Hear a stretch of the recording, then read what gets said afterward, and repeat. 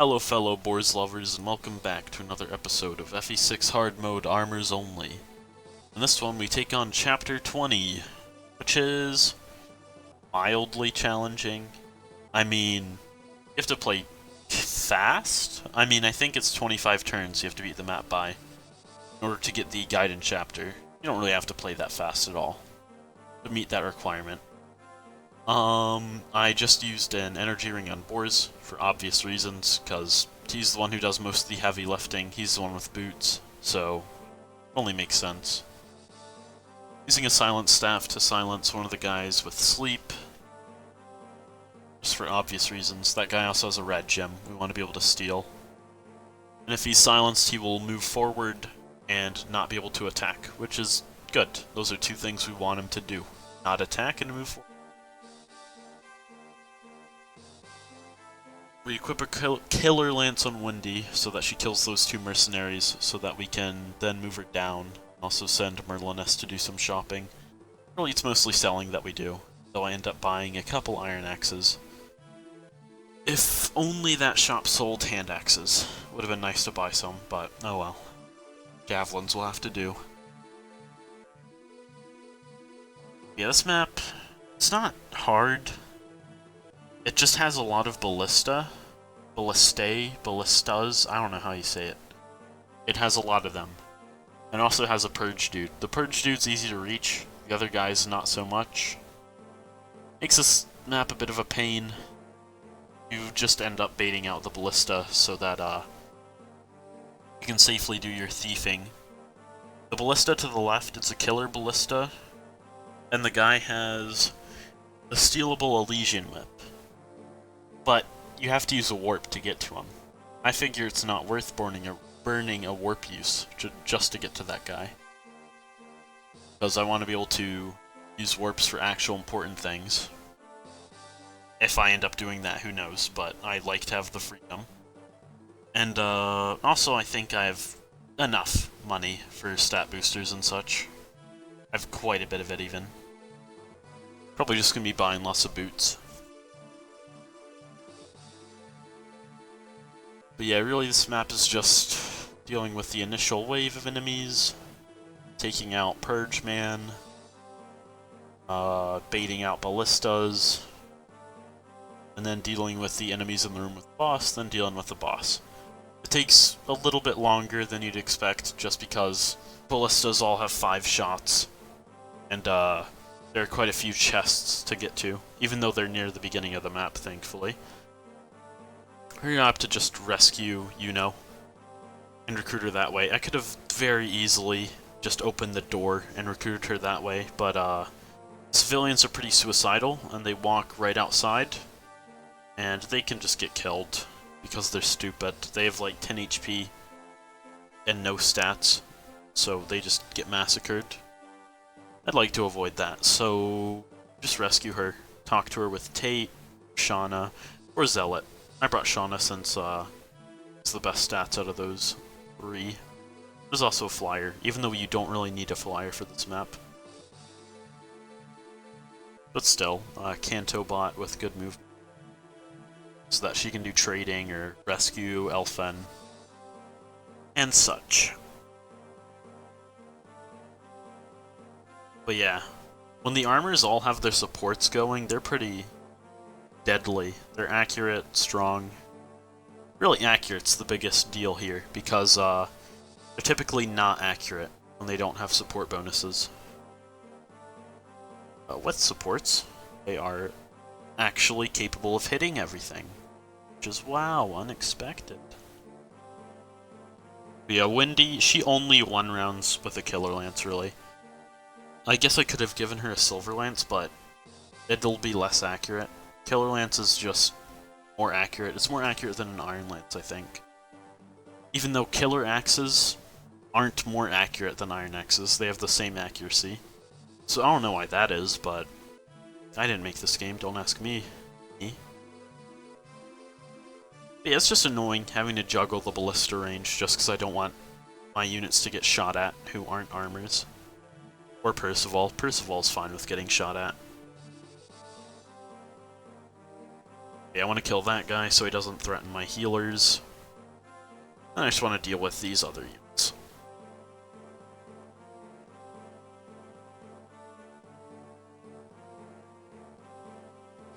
I actually forgot I had a Brave Lance until battle preps of this map. I think I'd left it on like Geese or something back when convoy space was an issue, and I had to take a bunch of items out of the convoy and put it on benched units, so I actually didn't know I had one for a very long time. It was nice to find. Yeah, here we sell a bunch of stuff we don't need. Why do Eclipses sell for 2,000, which is the same as a silver card? I don't know.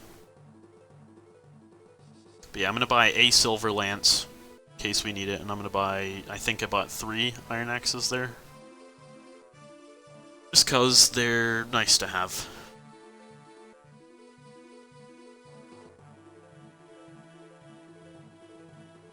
There are reinforcements on this map, I think, from turns like 11 to 18. I don't really fight them. I just kill the boss by then. Spoilers, I guess, even though this is all pre-recorded. But yeah, with the supports, javelins become actually accurate. 90 plus hit against a promoted enemy. It's pretty nice. But yeah, I somehow triggered the right group of enemies. So now we have to deal with them. That's fine though, they're all pretty weak. Even the hero. Enemy heroes in this game, they're not particularly scary until late game. They typically are just like slightly bulkier mercenaries. That's literally it. It's kind of weird, but that's how they are. Like enemy warriors are super bulky. They have like over 60 HP sometimes. Enemy druids hit like trucks. Enemy bishops, they have absurd res. And then you have enemy heroes who are just mercenaries. That's all they are. Mercenaries with 6 movement. Enemy paladins also kind of suck. But I'm not complaining. If enemy paladins had high stats, that'd kind of suck.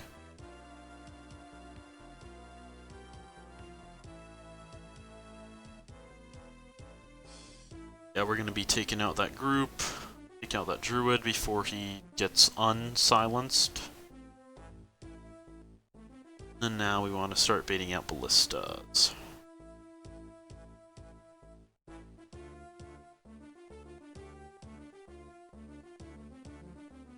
Which Doug is perfect for. Can't believe Boris didn't double an enemy. Mercenaries are just too fast. Yeah, that generic mercenary, he was faster than that hero. Because he didn't get doubled while the hero did. So that, I think, goes to show that mercenaries and heroes are very comparable.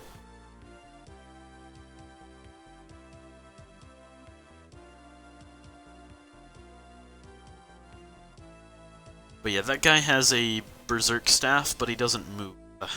He'll only just sit still and use it, so you have to manually calculate his berserk range. It's kind of weird, but oh well. We'll deal with it.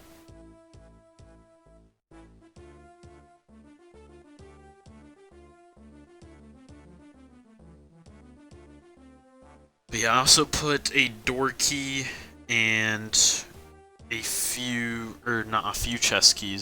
chest key that has 5 uses.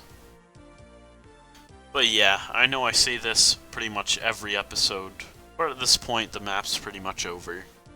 There's not much else to do but bait out the ballistas and kill the very few remaining enemies that are in the boss room. And also like a bishop and a sniper that are kind of out of the way but come to me. This map isn't the most challenging in the world, but honestly, I'll take that.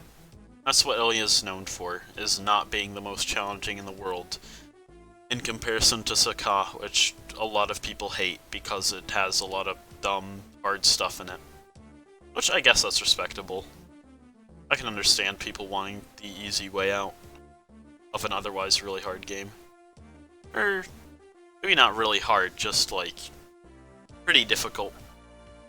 Probably one of the hardest Fire Emblem games. Besides maybe stupid difficulties like Awakening Lunatic Plus and FE12 Lunatic Reverse. Even though I kind of like Lunatic Reverse. Maybe I'll play it one day on this channel.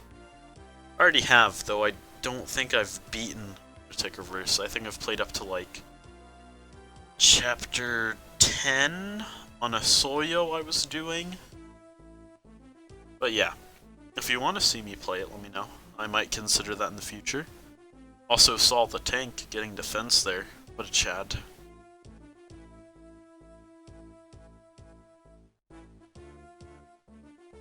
Oh no, bro, don't berserk my troubadour with no weapons. In fact, I think berserk prohibits the use of staves, because when I checked her staves, they were all grayed out, as you could have seen when I did that. So I have no idea what that means. I guess it probably just means that berserked units are incapable of using staves. Which I guess would make sense. If you're really angry, you're not gonna heal somebody. It's still weird, though. I guess maybe they didn't want to have to program heal AI for berserked characters. I guess it makes sense. Even though it still means, like, having a unit with no weapons or staves is just silly. Or having them be berserked, I mean. You know what I mean. But yeah, oh no, not enemy thieves. The scariest of enemies. But yeah, I think, yeah, at this point, the ballistas are soaked up. All we have to do is loot, break down some walls, yada yada yada. You know the drill. But yeah, I'm glad this map is relatively short and sweet and easy. There's an arena I could have used, but eh. That's my response to that. We already did plenty of arenaing back in chapter 17. Yeah, 17. I'm not hurting for cash. I mean, it'd be nice to get some extra boots, but I think at this point I'm fine on them, really.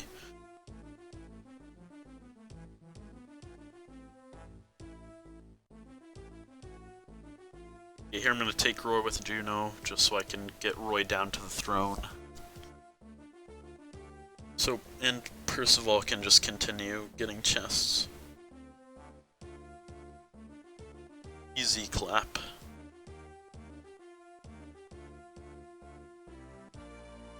But yeah, I like how using an axe on an enemy with an axe reaver is just as accurate as using a lance against them.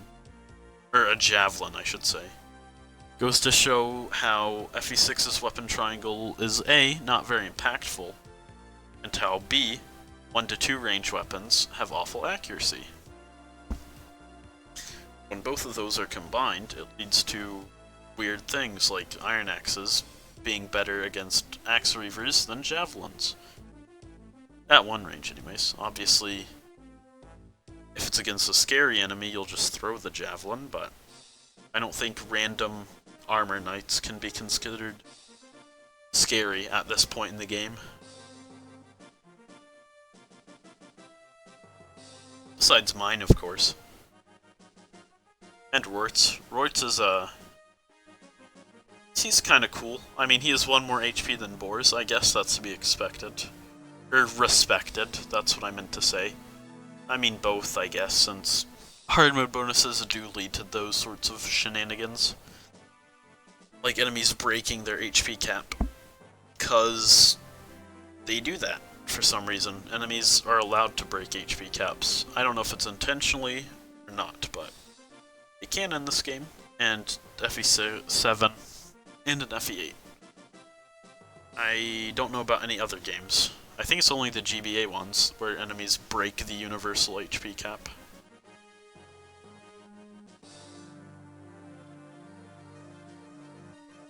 But yeah, at this point, we should take out the stationary druid, just because I'm paranoid he might randomly move, even though I know he won't. Wow, Elfin. Job getting HP. Then again, he has nothing else to get, really. Besides bulk stats or defense. Wait, I meant luck. Defense counts as a bulk stat. He doesn't need anything else. But yeah, Boris is just gonna massacre some boys. He's gonna fight Rorts. Doesn't do very well with the Javelin, but that's why we have a support partners coming up. Also, nice one, Douglas. Again, nice one, Douglas, getting skill. +1 crit, +2 hit. OP, OP. Don't frown upon skill. It's really important in games like these. Skill in general is an underappreciated stat, says me. Like in most games, it's +4 hit, though in some it's just +2 hit, but GBA games, +4 hit. In FE8, I guess, in FE7, I guess, it's not very impactful because enemies suck in those games, but in this game especially, skill is very important.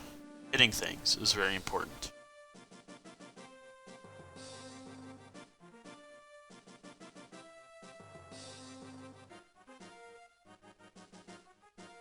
Douglas is unbreakable. Random alien mercenaries try to crack him. Not successful. Also, lol Rorts getting 8% credit. What a pushover. I say, even though he'd be a little challenging if we didn't have supports, because he'd be really annoying to hit.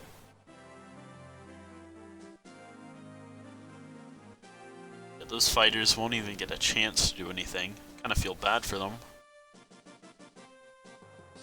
Yeah, it's time for the triangle attack. Unnecessarily, because he would have been dead anyways, but guaranteed hit. Also, wow, asking Boars to serve you. As if. You should be asking to serve him. But yeah, thanks for watching. Hopefully I'll see you guys for Chapter 20X, where we take on probably one of the worst designed Gaiden chapters. Most of them are poorly designed, but this one is especially. So yeah, peace out.